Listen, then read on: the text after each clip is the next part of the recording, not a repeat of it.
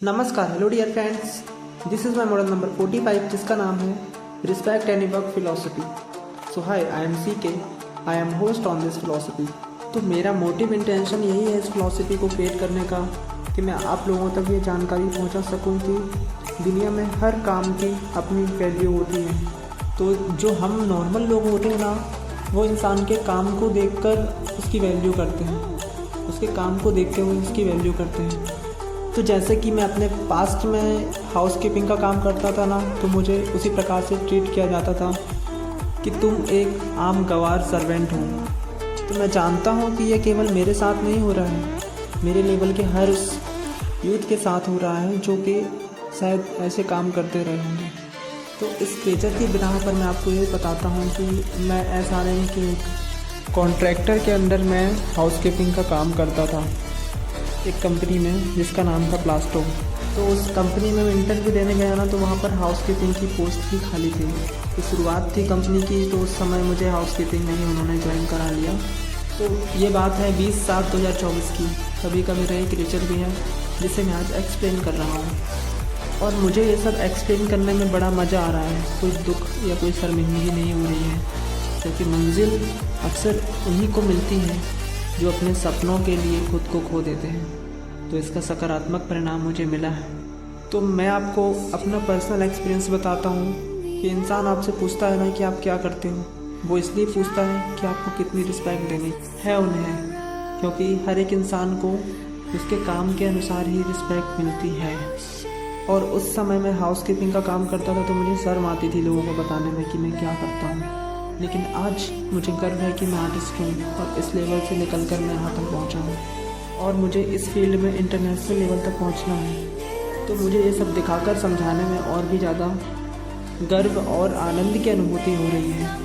और मैं इसलिए नहीं कर रहा हूँ ये कि मुझे फेमस होना है, क्योंकि मुझे पता है मेरा मात्र इंटेंशन ये है कि मुझे अपने अतीत की इन छापों को फिलॉसफी के रूप में छोड़ना है, कि मेरे अपने ये जान सकें कि मैं किस परिस्थिति से निकल चुका हूँ, निकल रहा हूँ और निकलना चाहता हूँ।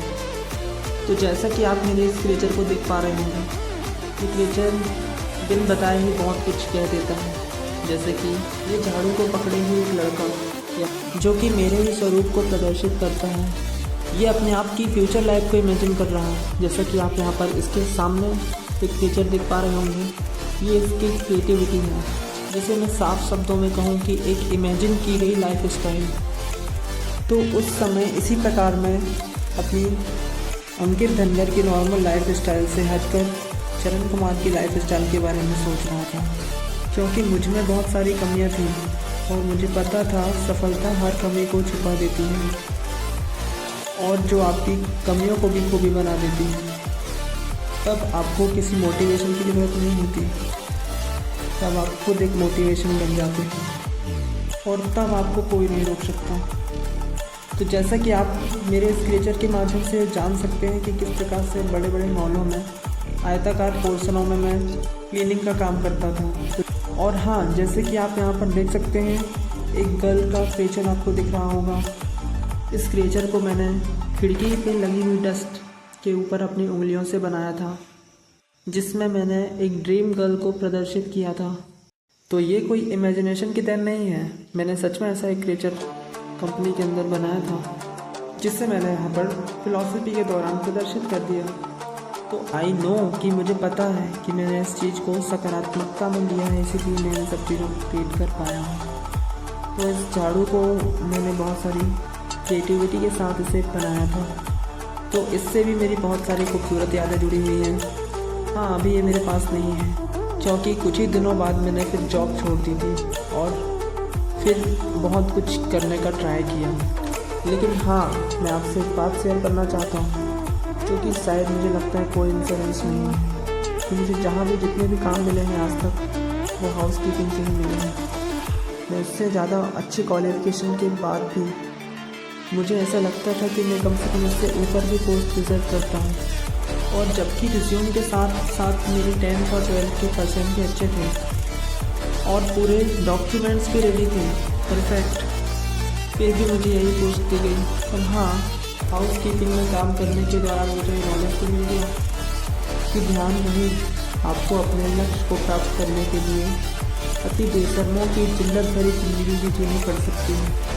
तो जैसा कि यहाँ आप इस क्रिएचर को देख सकते हैं कि मैं अपने प्रेजेंट में रहकर अपने पास्ट को याद करूँगा। तो जी हाँ, आप ये मान सकते हैं कि मेरे उस क्रिएचर का ये अपोजिट क्रिएचर है। उसमें मैं अपने फ्यूचर को इमेजिन कर रहा हूँ, इसमें अपने पास्ट को इमेजिन कर रहा हूँ। तो एक नॉर्मल सी चीज़ मैं आपको बताता हूँ, इमेजिनेशन एक पावर है। जो चीज़ आपके पास नहीं है ना, मात्र उसे इमेजिन करके अपने आप को खुश कर सकते हैं। तो इस चीज़ का सदुपयोग करना, क्योंकि मैं इसे एक सकारात्मक वे में ले रहा हूँ, तभी मैं ये सब क्रिएट कर पा रहा हूँ। तो चलिए मैं आपको बताता हूँ कि हाउसकीपिंग में किस प्रकार की आर सीरीज़ का यूज़ किया जाता है। तो जैसा कि आप यहाँ पर पढ़ पा रहे होंगे आर सीरीज़, जिसके 4 रूल्स होते हैं। फर्स्ट, टाइप केमिकल फॉर्म, आपको कहीं केमिकल किस काम में मिलाना है। ओके। सेकेंड है हमारा राइट एरिया, मतलब किस एरिया में कौन सा केमिकल मिलाया जाता है, डाला जाता है। थर्ड है अपना राइट डिल्यूशन टाइम, मतलब कितने टाइम में कितनी क्वांटिटी में कौन सा केमिकल मिलाना है। और है हमारा राइट रिएक्शन, कि उस चीज़ का रिएक्शन कैसा हो सकता है। तो ये है MSDS, एक कोड लैंग्वेज है जिसे आर सीरीज़ कहते हैं। केमिकल वर्क के अंतर्गत आता है। तो हाउसकीपिंग में जब हम काम करते थे ना, तो सुपरवाइज़र हमको ट्रेनिंग देता था रोज़, तो उसी से मैंने ये सब सारी चीज़ों को सीखा है। तो मैंने इस माध्यम से आपको ये समझाने का प्रयास किया है कि कोई भी काम हो, अपना एक प्रोफेशन है, तो इनकी भी एकेडमीज होती हैं, इनका भी कोर्स होता है। तब तो दुनिया में हर काम अपने आप में एक एकेडमी है। तो जैसा कि आप मेरे इस क्रिएचर को देख पा रहे होंगे, इसके माध्यम से आप जान सकते हैं कि किस प्रकार से किसी भी मॉप, झाड़ू या किसी भी डंडे से जुड़ी हुई चीज़ को चलाया जाता है। तो ये तो मेरा प्रैक्टिकली नॉलेज है। तो इसे पकड़ने का एक तरीका था जो कि मार्शल आर्ट के अंतर्गत भी आता है। तो इसमें मैंने बहुत सारी प्रैक्टिस की है, जैसे कि आप यहाँ देख सकते हैं सीके डिफेंस आर्ट। ये काम करते करते ही मैंने डिफेंस आर्ट का आविष्कार किया है, जिस पे मैंने पूरी एक फ़िलॉसफी बना रखी है आगे की, वो आगे आपको एक्सप्लेन करूँगा। तो जैसा कि आप यहाँ पर देख पा रहे होंगे कि ये मेरा क्रिएचर तब का है जब मैं कुछ नया सोच रहा था। जब मेरी जॉब छूट गई थी ना, तब मैंने कुछ नया क्रिएटिव सोचा था कि मुझे यही काम मिला है तो मैं इसी काम को ब्रांड बनाऊँगा। तो मैंने एक बिजनेस आइडिया सोचा था कि अब मैं नौकरी नहीं करूँगा। तो मैंने एक कार्ड बनाया था जिसे मैंने हाउसकीपिंग कार्ड का नाम दिया था। तो मैं इसकी मार्केटिंग करता था। तो जैसा कि मैंने आपको पहले ही बताया है कि किस प्रकार से मैं सीके पेन आर्ट को अपने इस माध्यम से एक्सप्लेन कर रहा हूँ, कि ये हाथ में आप मेरे एक ब्रश देख रहे होंगे। दरअसल ये ब्रश नहीं, एक झाड़ू है, जिसे एक बड़े रूप में मैं यूज़ करता था उस समय। तो उस समय मैं उसे एक नॉर्मल झाड़ू नहीं समझता था, मैं उसे एक बड़ा सा पेंटिंग ब्रश समझता था। तो ये समझ के मैं काम करता था तो मेरा और ज़्यादा मन लगता था। तो जैसा कि आप यहाँ पर देख सकते हैं, सोच का पूरा खेल होता है, जिसके सकारात्मक प्रभाव भी हो सकते हैं, नकारात्मक प्रभाव भी हो सकते हैं, जिसका सबूत परिणाम ही होता है। तो जैसा कि आप यहाँ पर एक झाड़ू देख पा रहे होंगे, इस झाड़ू को मैंने एक स्टिक और झाड़ू को मिलाकर बनाया था। इसके कॉर्नर पर लगा हुआ ही हुक आप देख पा रहे होंगे, इसे मैंने वहाँ से निकाला था जो पेंटर लोग अपने रोल में यूज़ करते हैं ना, जो वॉल पेंटिंग करने के लिए। तो उसमें ये हुक ऐसा लगा रहता है, तो उसमें मैंने उसे थोड़ा मोड़ कर ऐसा बनाया था, जिसे अपने स्टिक में लगाया था। उस स्टिक को मैंने झाड़ू में लगाया था। तो ये स्टिक मुझे इस झाड़ू से ही मिली है, जो कि मेरा एक आर्टिस्टिक वेपन है। तो इसीलिए मैं हमेशा झाड़ू की रिस्पेक्ट करता हूँ।